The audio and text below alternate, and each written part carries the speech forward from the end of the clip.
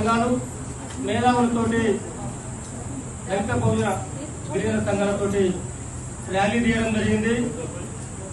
కేంద్ర ప్రభుత్వం కగారు పేరుతోటి మావోయిస్టుల పైన యుద్ధం ప్రకటించి వాళ్ళకు జరుగుతున్న యుద్ధంలో ఆదివాసులు అమాయకులు బలైపోతున్నారు. తాగడానికి నీళ్ళు లేవు, వండుకోవడానికి బియ్యం లేని పరిస్థితిలో, నీళ్ళు వేసుకో పరిస్థితిలో కూడా చాలా ఇబ్బందికరంగా ఉన్నది. ఆకలి తావులతో చనిపోయే పరిస్థితి ఉన్నది. కాబట్టి వెంటనే కగారుని కేంద్ర ప్రభుత్వం వెంటనే నిలిపివేయాలి.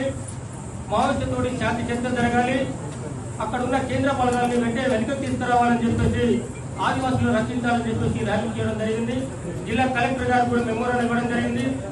మంత్రి సీతక్క గారు కూడా మనం మెమోరాండం ఇస్తున్నాం.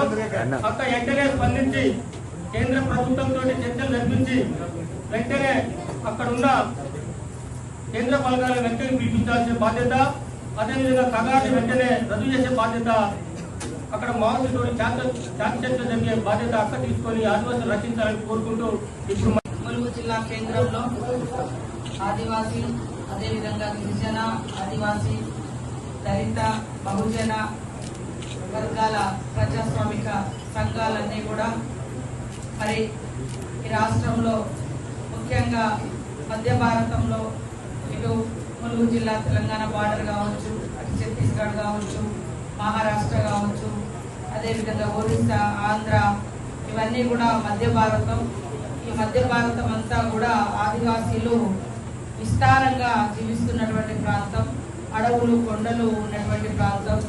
ఈ ప్రాంతంలో గత సంవత్సర కాలంగా కేంద్ర బలగాలు పెద్ద ఎత్తున మోహరించి అక్కడ ఆదివాసుల జీవనానికి కూడా ఆటంకమైనటువంటి పరిస్థితి ఉందని, పరిస్థితులు తలెత్తాయని ఈరోజు ఈ సంఘాల ప్రతినిధులందరూ కూడా మరొకసారి నా దృష్టికి తీసుకురావడం జరిగింది.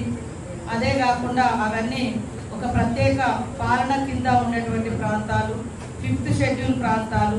మరి ఆ ప్రాంతాలలో స్వయం ప్రతిపత్తితో జీవించేటువంటి ప్రజలు, ముఖ్యంగా ఆదివాసీ ప్రజలు అడవులలో, అడవితో ఆదివాసీలకు చాలా అనుబంధం ఉంటుంది, జీవనాధారం ఉంటుంది. మరి నిన్న మొన్న మేము కొన్ని వీడియోలు చూసినప్పుడు కూడా పెద్ద ఎత్తున మహిళలు కానీ, యువకులు కానీ, పురుషులు కానీ ఆదివాసీలు వాళ్ళ గోడు వెళ్ళబుచ్చుకుంటూ మేము బయటికి వెళ్ళలేని పరిస్థితి ఉంది. మాకు ఎండాకాలం వచ్చిందంటే ఇప్ప పువ్వు మరి జీవనాధారం. ఇవాళ ఎండాకాలంలో ఏరుకునేటువంటి ఇప్ప పువ్వు వాళ్ళు ఒక 6 నెలలు తినడానికి కానీ మరి మార్కెటింగ్ చర్చలు కూడా ఈ రాష్ట్ర ప్రభుత్వం ఆనాడు చేయడం జరిగింది.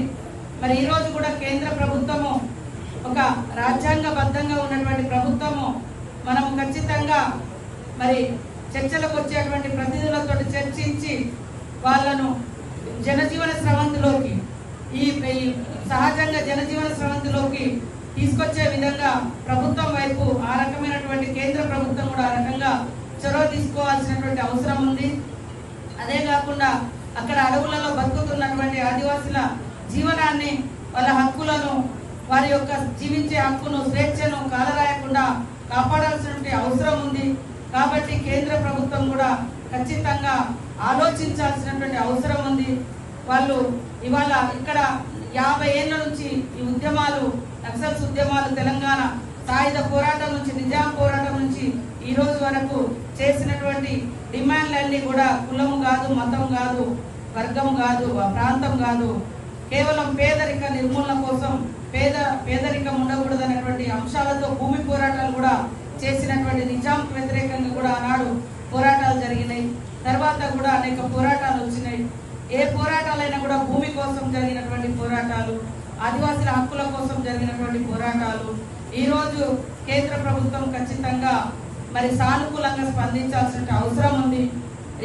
ఈ దేశంలో ఉన్నటువంటి, అంటే వాళ్ళు టెర్రరిస్టులు కాదు, వాళ్ళు మతోన్మాదులు కాదు, వాళ్ళు ఇంకొకటి కాదు. కాబట్టి అక్కడ ఉండేటువంటి సమస్యల మీద ఒక పందాలు, ఒక సిద్ధాంతంతో పోరాడుతున్నటువంటి వాళ్ళ పట్ల మనం చంపడమే మార్గంగా కాకుండా చర్చలకు వస్తున్నప్పుడు ఖచ్చితంగా చర్చించేటువంటి అవకాశం ప్రభుత్వం ఇవ్వాలని, కేంద్ర ప్రభుత్వం ఇవ్వాలని కూడా మనస్ఫూర్తిగా కోరుకుంటా ఉన్నాం. వర్గాలకు అమ్ముకొని 4 రూపాయలు సంపాదించుకోవడానికి కానీ అదొక ప్రధాన వనరు. ఈరోజు అడవిలోకి పోయి మరి పండ్లు కూడా, మొర్రి పండ్లు కానీ, దుంకి పండ్లు కానీ కాయలు గడ్డలు, మరి ఎండాకాలంలో కూడా కొంత చెరువులు దగ్గర పడితే వాగులు దగ్గర పడితే చేపలు పట్టుకొచ్చుకొని ఎండబెట్టుకొని మరి ఒక 6 నెలలు సంవత్సరం వాటిని కూడా వాడుకొని అవే కూరగాయలు, ఇక్కడ కూరగాయలు దొరకవు కాబట్టి అడవులలో దొరికే వాగులలో దొరికే చేపలను కూడా వారు కూరలకు వాడుకుంటా ఉంటారు. అదే కాకుండా మరి తునికాకు మరి రేపెల్లు నుంచి మళ్ళా తునికాకు స్టార్ట్ అవుతుంది. తునికాకు ప్రధానంగా ఆర్థిక వ్యవస్థ, 4 రూపాయలు సంపాదించుకునేది కూడా తునికాకు ద్వారానే. సో గత వారం 10 రోజుల నుంచి ప్రధానంగా మోహరి పంత ములుగు జిల్లా నుంచి ఛత్తీస్గఢ్ లో జరుగుతుండడంతో అక్కడ ఆదివాసీలంతా కూడా అనేక మంది మీడియా ద్వారా గాని ప్రజా సంఘాల ద్వారా గాని అదే విధంగా మాకు గాని నేరుగా ఫోన్లు చేసి మేము బయటకు వచ్చే పరిస్థితి లేదు, మేము ఆకలి చావు వచ్చే పరిస్థితి ఉంది, మాకు ఎప్పుడు ఏమైందో తెలియనటువంటి భయం గుప్పిట్లో బతుకుతా ఉన్నాం, మరి ఇక్కడ నుంచి ఈ పరిస్థితి నుంచి కాపాడాలని కూడా వారందరూ మాకు వినతి పత్రాలు కానీ ఫోన్ల ద్వారా కానీ వినతులు చేయడం జరుగుతూ ఉంది. మేము కూడా చూస్తా ఉన్నాం.